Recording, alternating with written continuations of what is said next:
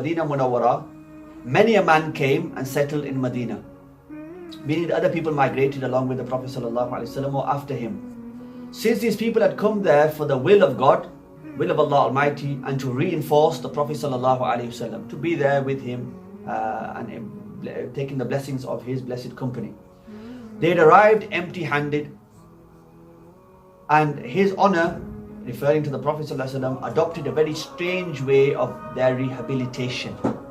And I don't mean strange in a negative sense here. Strange as in ajib, not unprecedented, a way that wasn't really known or recognized before.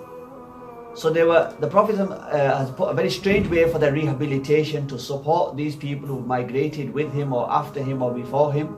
They've arrived empty-handed. He made each muhajir a brother to an ansari. A muhajir is a migrant. Someone who does hijrah is a muhajir. And an ansari, ansar are those people called helpers. In Arabic, the verb nasara means he helped. Yansuru, he is helping or will help. Nasran, help. Okay. So here an ansari is a helper. So they were called the helpers. Why were they called the helpers? Because these people were already residents of Medina Munawwara, and they helped their brothers and sisters who migrated from Makkah Mukarramah, and they were the muhajirs. The heavens saw a very splendid scene of sacrifice and self-denial. Every Ansari shared with his muhajir brother his property equal to his own share, saying, "This land, this orchard, this house is mine. I owe half of it to you as your share. Is there any precedent like the likeness of this in the history of mankind?" So this is what the Prophet ﷺ was getting the Sahaba to do. And they didn't question it. They didn't think, why should we? The Prophet ﷺ has come up with an idea. No doubt it's a great idea, because it's his blessed idea. And what is he doing? People have left everything in the way of Allah subhanahu wa ta'ala.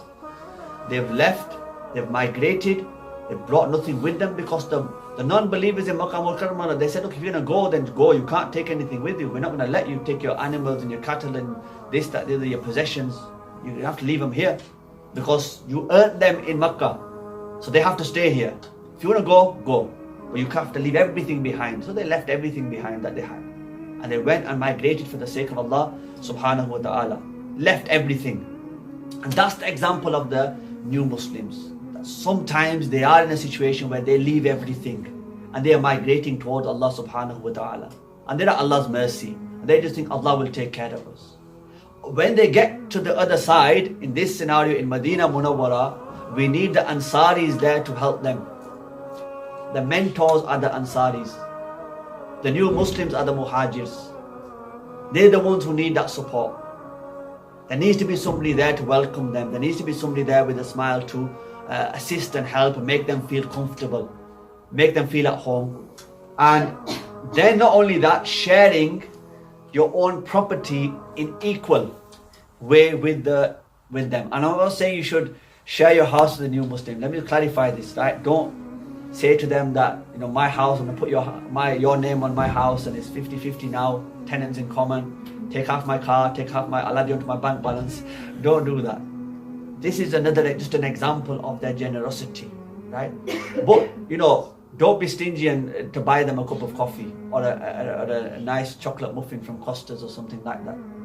Right? You've got to be able to, I'm not saying that you need to give them all your wealth, but you need to be, if you were going to underline some words here, you'd underline sacrifice, you'd underline self-denial, you'd underline share, shared, Ansari shared. So when you're in your role as a mentor, you need to have this sharing kind of attitude, an attitude where you're willing to sacrifice time. That's the most important thing, that you need to be sacrificing some time. How much time is depending on the circumstances. There needs to be an element of self-denial and wanting good for the other people. So this is the example that we find from the Sunnah of the Prophet ﷺ, that we share with them what Allah Almighty has given us with the intention to attain the pleasure of Allah subhanahu wa ta'ala. So this mentorship course and what we're doing is not something new.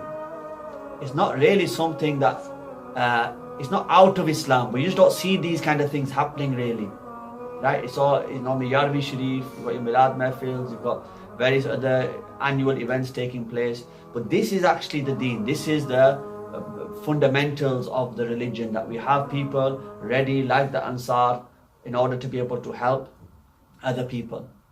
والله العلي امسح دموعك رحيم